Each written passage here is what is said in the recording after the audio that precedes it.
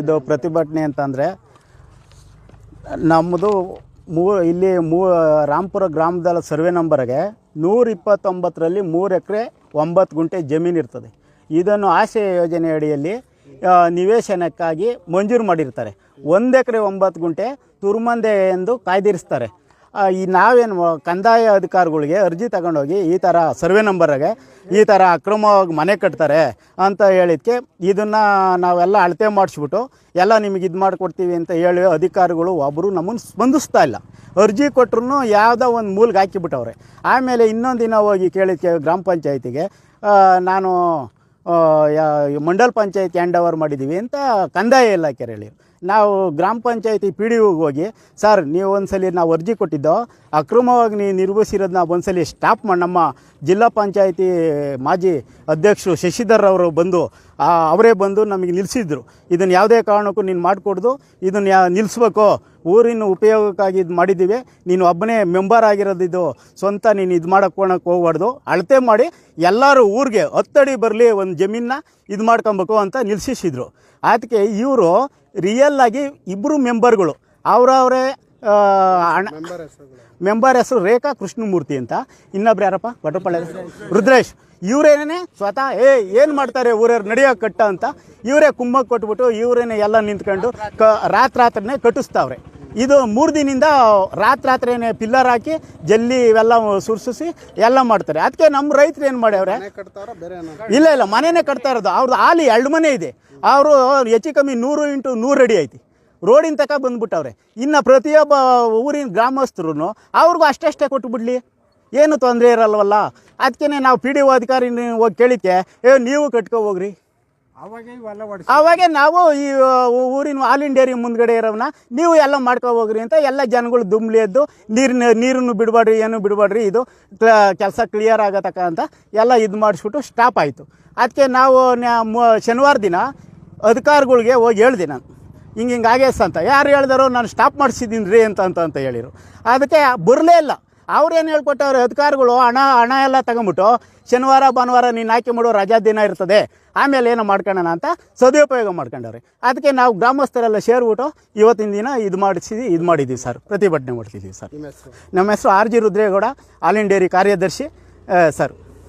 ಉಮೇಶ್ ಅಂದ್ಬಿಟ್ಟು ಈ ರಾಂಪುರ ಗ್ರಾಮ ಪಂಚಾಯತಿನಲ್ಲಿ ಸದಸ್ಯ ಆಗಿದ್ದೀನಿ. ಈ ರಾಂಪುರ ಗ್ರಾಮ ಪಂಚಾಯತಿನಲ್ಲಿ 5 ಹಳ್ಳಿ ಬರ್ತವೆ: ವಡ್ರಪಾಳ್ಯ, ಒಲೇರಹಳ್ಳಿ, ಭಕ್ತರಹಳ್ಳಿ, ರಾಂಪುರ ಕಾಲೋನಿ. ಈ 5 ಹಳ್ಳಿನಲ್ಲಿ 3 ಜನ ಮೆಂಬರ್ ಆಗಿದ್ದೀವಿ. ಸುಮಾರು 5 ವರ್ಷದಿಂದ ನಾನು 4 ವರ್ಷದಿಂದ ಒದ್ದಾಡಿದೆ.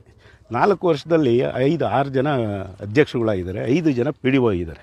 ಯಾರೇ ಬಂದ್ರೂ ಏನೇ ಸಮಸ್ಯೆ ಹೇಳಿದ್ರು ಅಣ್ಣ ನಾನು ಅವಧಿನಲ್ಲಿ ಮಾಡಿಕೊಡ್ತೀನಿ, ಈ ಇದ್ರಲ್ಲಿ ಮಾಡೋಣ ಅದರಲ್ಲಿ ಮಾಡೋಣ ಅಂದ್ಕೊಂಡು 4 ವರ್ಷದಿಂದ ನಾನು ಕಾಯ್ದು ಬಂದೆ. ಈಗ ಜನಗಳ ಸಮಸ್ಯೆ ಎಲ್ಲ ನೀವೇ ಕೇಳಿದ್ದೀರ, ಯಾರ್ಯಾರ್ದು ಏನೇನು ಸಮಸ್ಯೆ ಇದೆ. ಈ ಜನಗಳಿಗೆ ಉತ್ತರ ನಾನು ಏನು ಹೇಳಿ, ಸಾಮಾನ್ಯ ಸದಸ್ಯನಾಗಿ ಏನು ಹೇಳಿ ಸರ್? ನಾನು ಅಧಿಕಾರಿ ಪಂಚಾಯತಿ ಅಭಿವೃದ್ಧಿ ಅಧಿಕಾರಿ ಮತ್ತು ಅಧ್ಯಕ್ಷರಿಗೆ ಇರೋದು. ಸಾಮಾನ್ಯ ಒಬ್ಬ ಜನಪ್ರತಿನಿಧಿಯಾಗಿ ನಾನು ಇಷ್ಟು ಹಳ್ಳಿಗಳಲ್ಲಿ ಯಾರು ಏನು ಹೇಳ್ಬೋದು, ಯಾರು ಸಮಸ್ಯೆ ಬಗೆಹರಿಸೋಕ್ಕಾಗಲ್ಲ. ಆಮೇಲೆ ಜನಗಳಿಗೆ ಇವತ್ತು ಎಲ್ಲ ಪ್ರಜ್ಞಾವಂತರೆ, ಏನು ಮಾಡೋದು ಏನಾಗುತ್ತೆ ಅಂತ ಎಲ್ರಿಗೂ ಗೊತ್ತು. ಇಂಥದ್ರಲ್ಲಿ ಅಧಿಕಾರಿಗಳು ಯಾವುದೇ ಥರ ಸ್ಪಂದಿಸಲ್ಲ. ನೋಡಿ, ನಾನು ಬಂದಾಗಿಂದನೂ ಈ ಸ್ಮಶಾನದ್ದು, ಈ ಗ್ರಾಮ ಠಾಣೆಗಳು ಇವೆಲ್ಲ ಗುರುತಿಸ್ರಿ ಎಲ್ಲ ಮಾಡಿರಿ ಅಂತ ಎಲ್ಲ ಅರ್ಜಿ ಕೊಟ್ಟು ನನಗೂ ಸಾಕಾಯಿತು. ಈ ಸ್ಮಶಾನನೇ ಬೇರೆಯವ್ರಿಗೆ ಪರಬಾರೆ ಮಾಡಿಬಿಟ್ಟಿದೆ. ರಾಂಪುರ ಸರ್ವೆ ನಂಬರು 31ರಲ್ಲಿ 3 ಎಕರೆ 98ರಲ್ಲೇ ಮಂಜೂರಿ ಆಗಿದೆ. ಮೊನ್ನೆ ನಾನು ಉಪಲೋಕಾಯುಕ್ತರ ಹತ್ರನೂ ಮಾತಾಡಿದೆ, ಅವ್ರಿಗೂ ಅರ್ಜಿ ಕೊಟ್ಟಿದ್ದೆ. ಅವ್ರು ನೋಡಿದ್ರೆ ಮೊನ್ನೆ ಮಾಡಿದಾರಲ್ರಿ DC ಅವರು ಆದೇಶ ಅಂತಾರೆ. ಅರ್ಜಿ ಕೊಟ್ಟಿರೋದು ಯಾವಾಗ? ಅವರು ಹೇಳ್ತಾ ಇರೋದು ಯಾವಾಗ? ಸ್ಟೇಜ್ ಮೇಲೆ ಹೇಳ್ತಾ ಇದ್ದಾರೆ. ಮೊನ್ನೆ 2 ಎಕರೆ 12 ಗುಂಟೆ ಮಾಡಿದಾರಲ್ರಿ ಕಾಯ್ದಿಸ.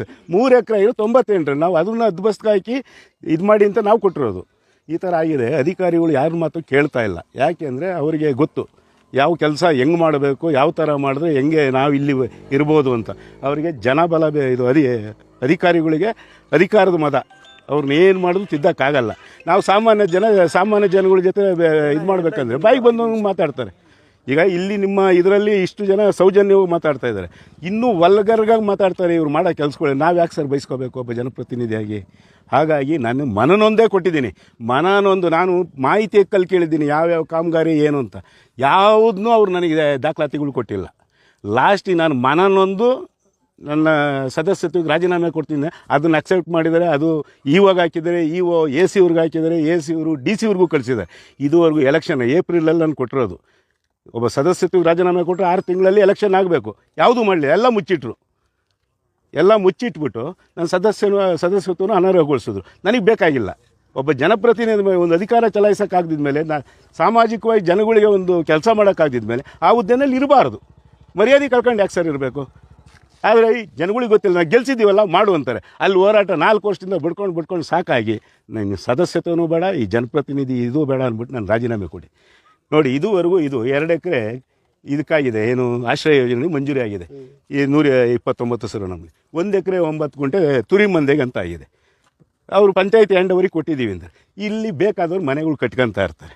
ಯಾರನ್ನ ಜನ ಕೇಳಕ್ಕೆ ಹೋದರೆ ನಿನ್ನ ತಾಕತ್ತಿದ್ದು ನೀನು ಕಟ್ಕೊ ಅಂತಾರೆ. ಈ ಥರ ಅಂದಾಗ ಏನು ಮಾಡ್ತಾರೆ ಜನ? ಹೌದಾ, ನಮ್ಮ ಇವ್ರೇನು ಕೊಡೋದೇ ಬೇಡ, ನಮ್ಮ ಮನೆ ನಾವೇ ಕಟ್ಕೊಬೋದು, ಎಲ್ಲಿ ಬೇಕಾದ್ರೂ ಕಟ್ಕೊಬೋದು ಅಂತ ಎಲ್ಲ ಒಂದು ಕಡೆಯಿಂದ ಕಟ್ಕೊಂಡು ಹೋಗ್ತಾರೆ. ಯಾರನ್ನ ಕೇಳ್ತೀರಾ? ಮೆಂಬರ್ನ ಕೇಳಿ ನೀನು ಒಂದು ಕಟ್ಕೊ ಹೋಗು ಅಂತ. ಸರ್, ನನ್ನ ಹೆಸರು ರಮೇಶ್ ಅಂದ್ಬಿಟ್ಟು. ನಮ್ಮ ಹೆಸರು ಬಂದು ಜಯರಾಮ್ ಅಂತ ಹೇಳಿ. ಅಂದರೆ 1 ವಾರ ಆಗಿದೆ ಈ ಊರಲ್ಲಿ ಒಟ್ಟಿನಾಗ ನೀರುಗಳು ಸ್ಟಾಪ್ ಆಗಿ 1 ವಾರ ಆಗಿದೆ. 1 ವಾರ ಆದ್ರೂ ನೀರು ಕುಡಿದಂಗೆ ಎಲ್ಗೋಗ್ಬೇಕು ಜನಗಳಂಗೆ ಹೋಗ್ಲಿ. ಕಾಸಿನ ಗಾಡಿ ಬಂದು 1.5 ತಿಂಗಳಾಗಿದೆ ಕಾಸಿನ ಗಾಡಿದು. ನಾವು ಈ ಕಾಸಿನ ಗಾಡಿ ಬಗ್ಗೆ ನಾವು ಕೇಳಿದೆ ಪಂಚಾಯತಿ ಒಳಗೆ, ಏನು ಸರ್ 1.5 ತಿಂಗಳು ಕಾಸಿನ ಗಾಡಿ ಬಂದಿಲ್ಲ ಸರ್ ಅಂದರೆ, ಡ್ರೈವರ್ ಏನೋ ಹುಷಾರಿಲ್ಲ. ಡ್ರೈವರ್ ಹುಷಾರಿಲ್ಲ ಆಯಿತು, ಒಂದು ಸರಿ ನೋಡ್ಬೋದು, 1 ದಿನ ನೋಡ್ಬೋದು, 1 ವಾರ ನೋಡ್ಬೋದು, 1.5 ತಿಂಗಳು ಬೇಕಾ? 1.5 ತಿಂಗಳಾದ್ರೂ ಕಾಸಿನ ಗಾಡಿ ಎಲ್ಲಿ ತಗೊಂಡು ಹೋಗ್ಬೇಕು? ಕಸ ಹಂಗಾರೆ ಎಲ್ಲಿ ಹಾಕ್ಬೇಕು? ಈ ಹಳ್ಳಿಗಳಿಗೆ ಏನೋ ಬಿಡು, ಅಲ್ಲಿ ಕಾಲೇ ಹೋದಾಗೆ ಅಲ್ಲಿ ಹಾಕ್ಬಿಡ್ತಾರೆ. ಸಿಟಿ ಒಳಗೆ ತಗೊಂಡು ಎಲ್ಲಿ ಹಾಕ್ತಾರೆ ಕಾಸನ್ನ? ಅದಕ್ಕೋಸ್ಕರ ಎಷ್ಟು ಸಿಟಿಗಳಿಗೆ ಅದಕ್ಕೋಸ್ಕರ ಎಷ್ಟು ಪ್ರತಿಭಟನೆ ಆಗ್ತವೆ. ಇನ್ನು ಮುಂದೆ ಏನೆಲ್ಲ ಕಾಸುಗಳೇ ತಗೊಂಡು ಪಂಚಾಯತಿ ಮುಂದೆ ಸುರಿಬೇಕು. PDO ತಲೆ ಮೇಲೆ ಸುರಿಬೇಕು, ಇನ್ನೆಲ್ಲ ಸುರಿಬಾರ್ದು. PDO ತಲೆ ಮೇಲೆ ತೋರಿಸ್ಬೇಕು ಅವನಿಗೆ, ಆ ಥರ ಅಂತ ನಾನು ಹುಬ್ಬಳ್ಳಿ ದೊಡ್ಡಬೆಳಂಗ್ಲ ಗ್ರಾಮ ಪಂಚಾಯಿತಿಯಲ್ಲಿ ರಾಂಪುರ ಗ್ರಾಮದಲ್ಲಿ 129ನೇ ಸರ್ವೆ ನಂಬರಲ್ಲಿ 2 ಎಕರೆ ಆಶ್ರಯ ಯೋಜನೆಯಾಗಿ ಸುಮಾರು ವರ್ಷಗಳಾಗಿದೆ. ಆ ಆಶ್ರಯ ಯೋಜನೆ ಒಳಗಡೆ ಸುಮಾರು 40 ಮನೆಗಳನ್ನು ಕಟ್ಟಿದ್ದಾರೆ. ಆ ಮನೆಗಳಿಗೆ ಗ್ರಾಂಟ್ ಕೊಟ್ಟಿದ್ದಾರೆ, ಕರೆಂಟ್ ಬಿಲ್ ಸೌಲಭ್ಯ ಕೊಟ್ಟಿದ್ದಾರೆ, ನೀರಿನ ಸೌಲಭ್ಯ ಪಂಚಾಯತಿಯಿಂದ ಅಭಿವೃದ್ಧಿ ಅಧಿಕಾರಿ ಎಲ್ಲದೂ ಕೊಟ್ಟಿದ್ದಾರೆ. ಪ್ರತಿಯೊಂದು ಕೊಟ್ಟಿದ್ದರು. ಮನೆಗಳಿಗೆ ಖಾತೆಗಳು ಕಾನೂನುಬದ್ಧವಾದ ದಾಖಲೆಗಳನ್ನು ಮಾಡಿಕೊಟ್ಟಿಲ್ಲ. ಯಾವುದೇ ರೀತಿ ನಾವು ಹೋಗಿ ಪಂಚಾಯತಿಗೆ ನಮ್ಮ ದಾಖಲೆಗಳನ್ನು ಮಾಡಿಕೊಡ್ರಿ ಅಂತ ಸುಮಾರು ವರ್ಷದಿಂದ ಅರ್ಜಿಗಳು ಕೊಟ್ಟರು. ಯಾರೂ ಬಂದು ನಮಗೆ ದಾಖಲೆಗಳು ಮಾಡಿಕೊಡ್ತಾರೆ, ಯಾರೂ ಸ್ಪಂದಿಸ್ತಿಲ್ಲ ಅಧಿಕಾರಿಗಳು. ಎಷ್ಟೇ ಅರ್ಜಿಗಳು ಹೋದರೂ ಅದೇ ಫೈಲಾಗಿರ್ತವೆ, ಮುಂದೆ ಕಳಿಸಿದ್ದೀವಿ ಅಂತಾರೆ.